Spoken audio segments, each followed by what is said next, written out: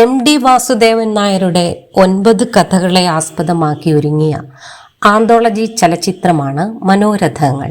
പ്രിയദർശന്റെ സംവിധാനത്തിൽ ഓളവും തീരവും സിനിമയാകുമ്പോൾ അതിൽ നായകനാകുന്നത് മോഹൻലാലാണ്. അദ്ദേഹത്തിന് പുറമെ ദുർഗാകൃഷ്ണയും സുരഭി ലക്ഷ്മിയും ഇതിൽ അഭിനയിക്കുന്നുണ്ട്. ഇപ്പോൾ മോഹൻലാലിനെ കുറിച്ചും പ്രിയദർശനെ കുറിച്ചും സംസാരിക്കുകയാണ് സുരഭി ലക്ഷ്മി. മനോരഥങ്ങളുടെ ഭാഗമായി റിപ്പോർട്ടിന് നൽകിയ അഭിമുഖത്തിൽ സംസാരിക്കുകയായിരുന്നു സുരഭി.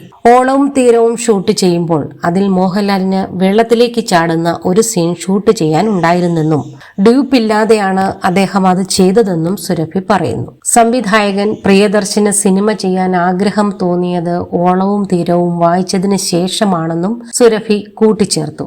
ഈ കാലഘട്ടത്തിലും ഒരു ഫുൾ ബ്ലാക്ക് ആൻഡ് വൈറ്റ് സിനിമയിൽ അഭിനയിക്കാൻ പറ്റിയത് തങ്ങളുടെ ഭാഗ്യമാണെന്നും സുരഭി ലക്ഷ്മി പറയുന്നു. സിനിമയിൽ അദ്ദേഹം വെള്ളത്തിലേക്ക് ചാടുന്ന സീനൊക്കെ ഉണ്ടായിരുന്നു. ലാൽ സാർ ഡ്യൂപ്പ് ഇല്ലാതെയാണ് ആ സീനൊക്കെ ചെയ്തിരുന്നത്. ലാൽ സാറിന്റെ വലിയ ആഗ്രഹമായിരുന്നു അത്. പ്രിയൻ സാറിന്റെ കാര്യം പറയുമ്പോൾ അദ്ദേഹത്തിന് സിനിമ ചെയ്യാൻ ആഗ്രഹം തോന്നിയത് ഈ ഓളവും തീരവും വായിച്ചതിന് ശേഷമാണ്.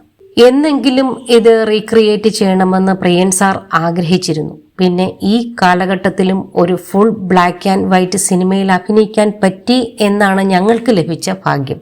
അത് അപൂർവമായി മാത്രം സംഭവിക്കുന്ന കാര്യമാണ് സുരഭി ലക്ഷ്മി പറഞ്ഞു.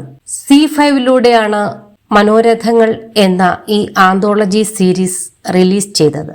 മോഹൻലാലിനും സുരഭി ലക്ഷ്മിക്കും ദുർഗാകൃഷ്ണയ്ക്കും പുറമെ മമ്മൂട്ടി, പാർവതി തിരുവോത്ത്, ഫഹദ് ഫാസിൽ, ബിജു മേനോൻ, ഇന്ദ്രജിത്ത് സുകുമാരൻ, ആൻ അഗസ്റ്റിൻ, ആസിഫ് അലി, വിനി തുടങ്ങിയ വലിയ താരനിര തന്നെ ഒന്നിക്കുന്നുണ്ട്.